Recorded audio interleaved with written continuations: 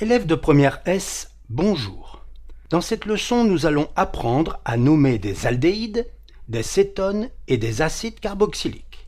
Une molécule carbonylée est une molécule qui possède le groupe carbonyle. Voilà le groupe carbonyle.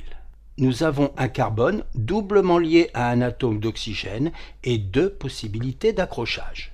Toutes les liaisons sont dans le même plan, le plan P en rose, et tous les angles sont proches de 120 degrés. L'atome d'oxygène porte deux doublets non liants que nous ne représenterons plus par souci de simplification. Voici trois groupes carbonyles. Les molécules que nous considérons ne comportent que des atomes de carbone, d'hydrogène et un atome d'oxygène déjà représenté. Sur le carbonyle, nous pouvons accrocher soit un hydrogène et un hydrogène, soit un radical alkyle R, c'est-à-dire une chaîne carbonée et un atome d'hydrogène, soit encore un radical alkyle R1 et un autre radical alkyle R2. R1 et R2 peuvent être différents, mais ils peuvent être aussi identiques. Lorsque le carbonyle est lié à un seul radical alkyle, la molécule est un aldéhyde. Lorsque le carbonyle est lié à deux radicaux alkyles, R1, R2, la molécule est une cétone. Lorsque le carbonyle est lié à zéro radical alkyle, donc à deux atomes d'hydrogène, la molécule a les mêmes propriétés chimiques qu'un aldéhyde. On la considère donc comme un aldéhyde. Le carbone du groupe carbonyle, celui qui porte l'atome d'oxygène, est appelé carbone fonctionnel. Considérons par exemple la formule semi-développée de cet aldéhyde. Nous reconnaissons le carbone fonctionnel et l'enchaînement caractéristique des aldéhydes. Le radical alkyle R correspond ici à l'enchaînement CH3, CH2, CH2. Remarquons que l'on peut aussi écrire l'enchaînement C double liaison O H CHO. Nous anticipons sur le programme de terminale S en introduisant la formule topologique de l'aldéhyde précédent. Nous nous sommes déjà familiarisés aux formules topologiques dans les leçons sur les alcanes et les alcools. Nous identifions le carbone fonctionnel, l'atome d'oxygène, l'atome d'hydrogène, qui serait là, mais qui ne se représente pas, et le radical alkyle. Choisissons un aldéhyde un peu compliqué, en sorte que si vous savez nommer celui-là, vous saurez tous les nommer. Pour nommer un aldéhyde, il faut rechercher la chaîne la plus longue contenant le carbone fonctionnel. La voilà. Numéroter la chaîne en partant du carbone fonctionnel, donc numéro 1 pour le carbone fonctionnel. Identifier les groupes alkyles accrochés à la chaîne, un méthyle, deux méthyles et un éthyle. Nous pouvons maintenant nommer l'aldéhyde. Puisque la chaîne carbonée principale contient 7 carbones, nous utilisons la racine heptane. Puisqu'il s'agit d'un aldéhyde, la terminaison E est remplacée par le suffixe -al. Dans l'ordre alphabétique, l'éthyle est lié au carbone 2. Le nom commence par 2-éthyle. Les deux méthyles sont liés au carbone 4 et 5. Nous terminons en écrivant 4,5-diméthyle.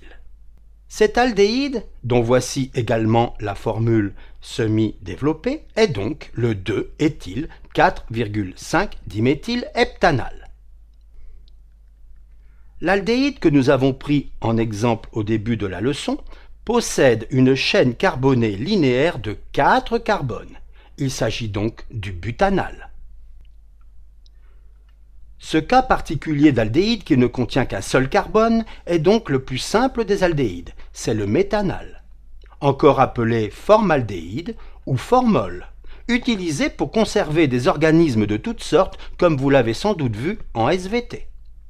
2 carbones, voici l'éthanal, 3 carbones, voici le propanal. Parlons maintenant des cétones. Considérons par exemple une cétone dont voici la formule développée et la formule topologique correspondante. Nous identifions le carbone fonctionnel, l'atome d'oxygène, le premier radical alkyle et le second. Choisissons une cétone un peu compliquée, Si nous savons la nommer, nous saurons toutes les nommer. Pour nommer une cétone, il faut rechercher la chaîne la plus longue contenant le carbone fonctionnel. La voici. Numéroter la chaîne qui donne le plus petit numéro au carbone fonctionnel. Avec cette numérotation rose, le carbone fonctionnel est le numéro 4. Avec l'autre numérotation, bleu, il aurait le numéro 6. Nous choisissons donc la première. Identifier les groupes alkyles accrochés à la chaîne. Nous observons 3 groupes méthyl et 1 groupe éthyle. Nous pouvons nommer l'acétone. Puisqu'il y a 9 carbones, nous écrivons la racine nonane. Puisqu'il s'agit d'une cétone sur le carbone 4, la terminaison E est remplacée par on. Nous avons 3 méthyls sur les carbones 2, 3 et 8, nous écrivons donc 2,3,8-triméthyl. Et un éthyle sur le carbone 5, nous écrivons donc 5-éthyle. Cette cétone, dont voici la formule semi-développée, est donc la 5-éthyl 2,3,8-triméthylnonane-4-one. Nous ne pouvons pas construire de cétone à un carbone.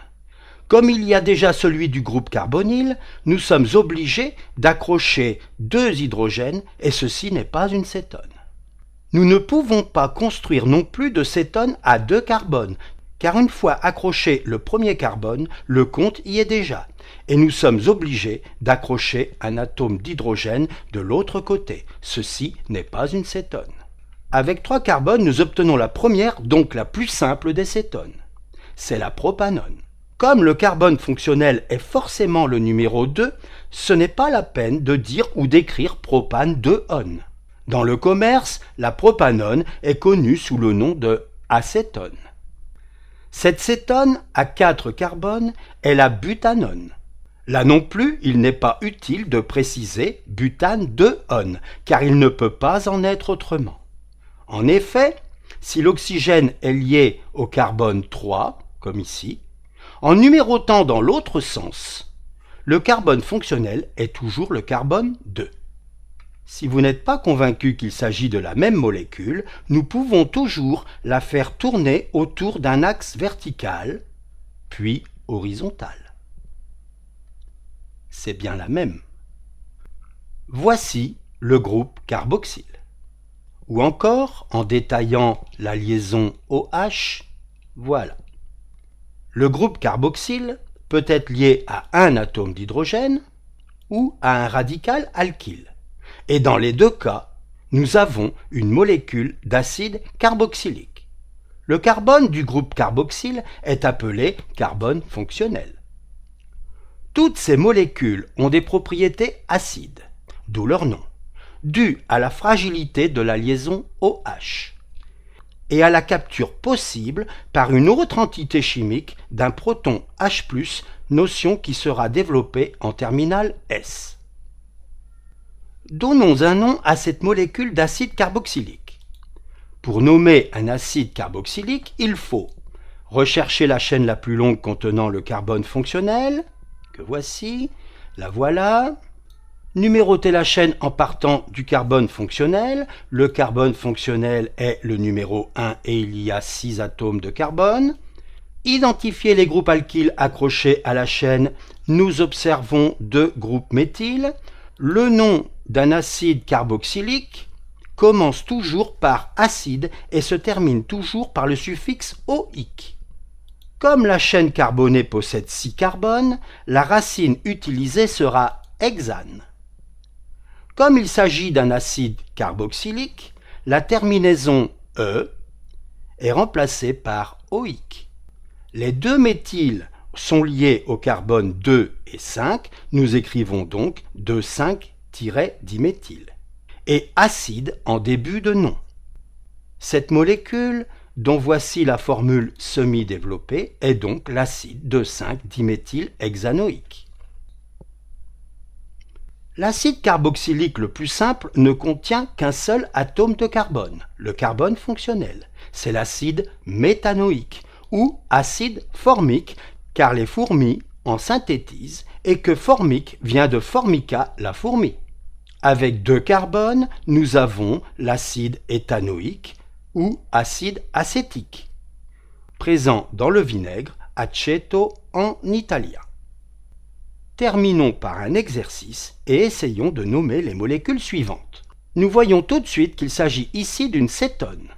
La chaîne principale, 6 carbones, 1 méthyle, 1 éthyle, il s'agit de la 3-éthyl 4-méthylhexane 2-one. Nous voyons ici que nous avons affaire à un aldéhyde.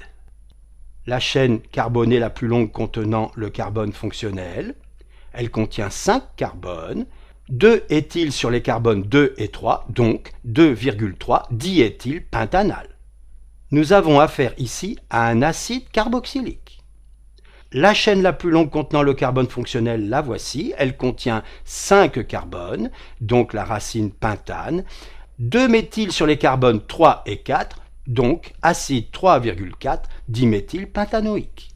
Ici, nous avons affaire à un aldéhyde. La chaîne la plus longue contenant le carbone fonctionnel, la voici, elle contient 6 carbones, donc la terminaison sera hexanale. Un méthyle sur le carbone 4, un éthyle sur le carbone 3, donc 3 éthyl, 4 méthylhexanal. La leçon est terminée, à bientôt!